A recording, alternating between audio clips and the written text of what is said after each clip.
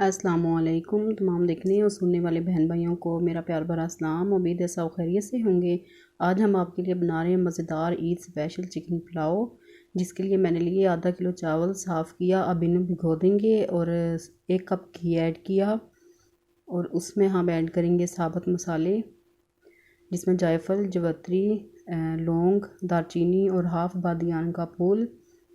इन्हें घी में पका लेंगे और साथ हम ऐड करेंगे एक मीडियम साइज़ की कटी हुई प्याज। मिक्स कर लेंगे प्याज को।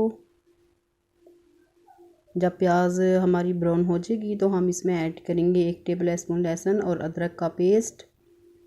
लहसुन का कच्चापन ख़त्म होने के बाद हम ऐड करेंगे हाफ़ kg चिकन।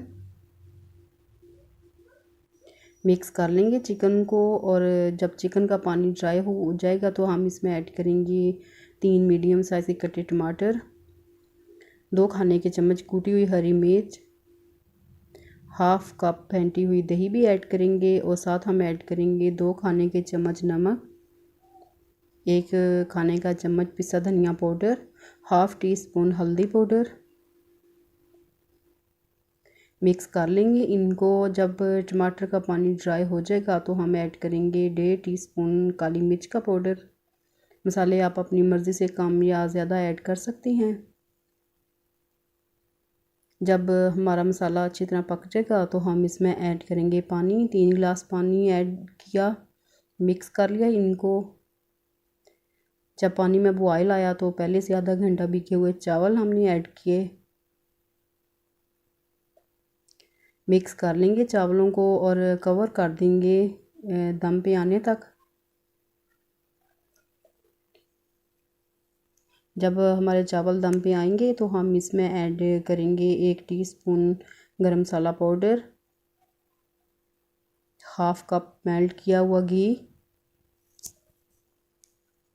ताकि चावल हमारे आपस में जुड़े ना और खिले खिले पकें।